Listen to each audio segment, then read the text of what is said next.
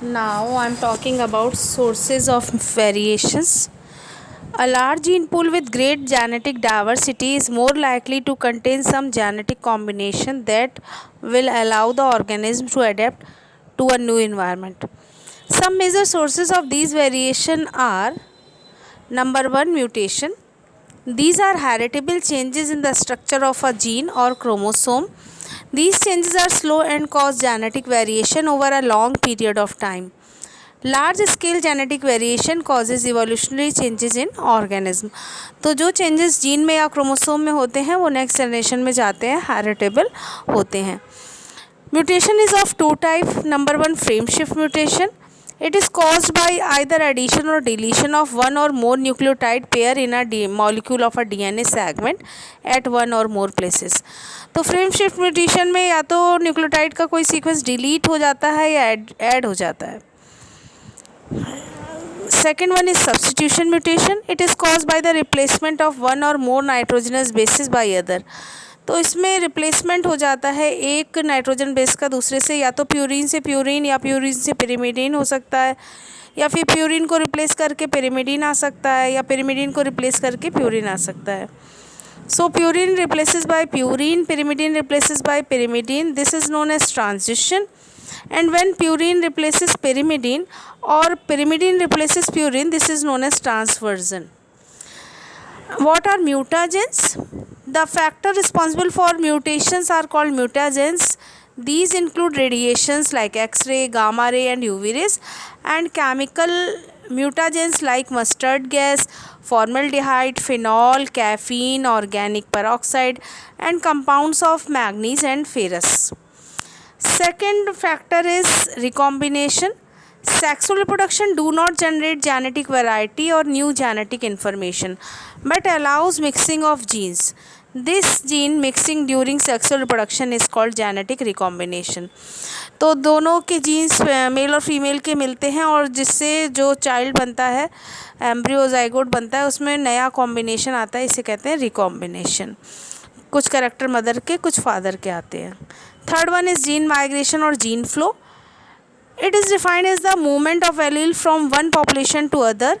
It is a powerful agent as it leads to the exchange of genetic material between two different population. तो एक area से कोई particular लोग, human beings या कोई और एनिमल्स या प्लांट्स अपनी एक पॉपुलेशन को छोड़कर अगर दूसरी जगह चले जाते हैं तो इसे माइग्रेशन कहते हैं, और इससे भी जेनेटिक मटेरियल जो है उस पर इफ़ेक्ट होता है। Next one is genetic drift. It refers to the variation in a population that occur by chance rather than by natural selection. It leads to loss or fixation of allele in isolated population. तो ये किसी भी वजह से हो सकता है, natural disaster की वजह से। मान लिया किसी जंगल में आग लग जाए तो वहाँ पर जो पहले ट्रीज़ रहे होंगे वो वाले जीन बिल्कुल गायब हो जाएंगे, फॉरेस्ट जल जाने की वजह से वो ट्रीज़ के जीन ही नहीं रहेंगे पॉपुलेशन में, तो इसे हम जेनेटिक ड्रिफ्ट का नाम दे सकते हैं। Two important examples of genetic drift are: number 1, founders effect. Few individuals move away from a parental population, that is more genetic variety, and becomes founder of a new isolated population, that is less genetic variety. तो founders effect क्या है? इसमें कुछ individual जो हैं अपनी parental population को छोड़कर वहाँ से किसी दूसरी जगह पे चले जाते हैं, किसी नए आइसोलेटेड एरिया में, वहाँ पे वो पॉपुलेशन ग्रो करती है और उसमें चेंजेस होते हैं जेनेटिक, उसे हम फाउंडर्स इफ़ेक्ट कहते हैं। Second one is bottle neck effect. Natural calamities or chance events resulting in drastic reduction in population size and elimination of particular allele from the population.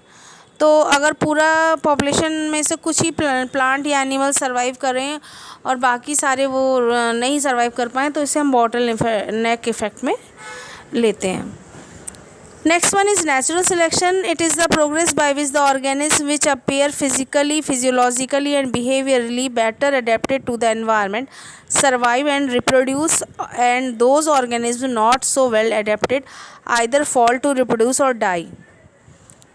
Natural selection is of three types. Number 1, stabilizing selection. It tends to eliminate extremes from the population. Number 2, directional selection.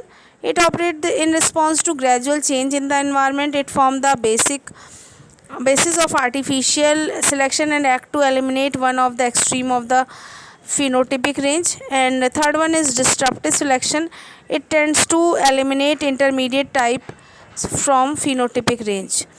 तो sterilising selection में for example height की ही अगर हम बात कर लें तो height जो है वो एक तरफ ही शिफ्ट हो जाएगी। मान लिया सभी की हाइट ज़्यादा हो गई तो वो एक ही तरीके की पॉपुलेशन एस्टेब्लिश हो जाएगी।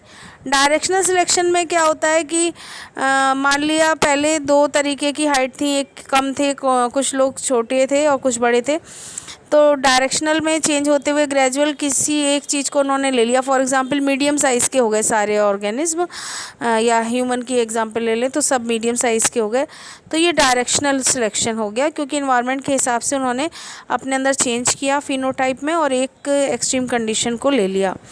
और तीसरा जो है डिस्ट्रप्टिव सिलेक्शन, उसमें कभी कभी दो तरीके के भी आपको या इंटरमीडिएट फिनोटिपिक चेंजेस देखने को मिल सकते हैं। मींस वहाँ पर दो पीक्स रेडी हो जाते हैं, दो तरीके के फिनोटिपिक स्ट्रक्चर आपको देखने को मिलते हैं। हो सकता है इंटरमीडिएट साइज़ के भी हो जाएं और कुछ डॉफ भी हो जाएं। For example of evolution by natural selection. Natural selection help in transmission of favorable genes. This can be explained through the example. For example, industrial melanism. There are two varieties of moths, white-winged and dark-winged. Before industrial evolution in England, white-winged moths were more in number than dark-winged moths because there were less pollution, which leads to high light trunk of trees due to lichens. So, on light background, white-winged moths were not visible, while dark-winged moth could be eaten by predators very easily. तो पहले white colour के थे moth जब environment में pollution नहीं था और वो अपने इन्वायरमेंट में लाइकेन के जैसे कलर के छुप जाते थे। ब्लैक वाले जो है वो नज़र में आ जाते थे और उसको खा लिया जाता था। लेकिन जब इंडस्ट्रियलाइजेशन हो गया तो जो स्मोक था उसकी वजह से पूरा स्काई ग्रे कलर का हो गया, तो उसमें वाइट मॉथ जो है चमकने लगते थे, अलग से पहचान में आते थे और धीरे धीरे उनको खाना ज़्यादा खाए जाने लगे तो उनकी जो है स्पीशीज़ कम होने लगी। तो उन्होंने अपने अपने म्यूटेशन किया, अपने अंदर चेंजेस किए, अब वो चाहे स्मोक की वजह से हो या किसी भी वजह से, तो वो ग्रे हो गए और उस एनवायरनमेंट में अडेप्ट हो गए। ग्रे में ग्रे मिक्स हो गए तो पहचान के नहीं जा पाते थे और चिड़िया उसको नहीं खाती थी। फिर बाद में जब पॉल्यूशन कंट्रोल बोर्ड ने CPCB ने पॉल्यूशन कंट्रोल कर लिया तो वो फिर से वाइट हो गए क्योंकि फिर वो इन्वायरमेंट क्लीन हो गया था, इसलिए उन्होंने फिर को अपने आप को वैसे ही एडजस्ट कर लिया, अडेप्ट कर लिया, जिससे कि वो अपनी स्पीशीज़ को बचा सकें। After industrialisation dark winged moths become more than white winged moths. This is because during industrialization, tree trunks covered by white lichen become dark due to air pollution, that is dust and soot particles. So now white winged moth could be detected easily. Due to this, white winged moths could be easily eaten up by the predators as they fail to camouflage. So nature selected only those moths which were better suited, but none of them were eradicated completely.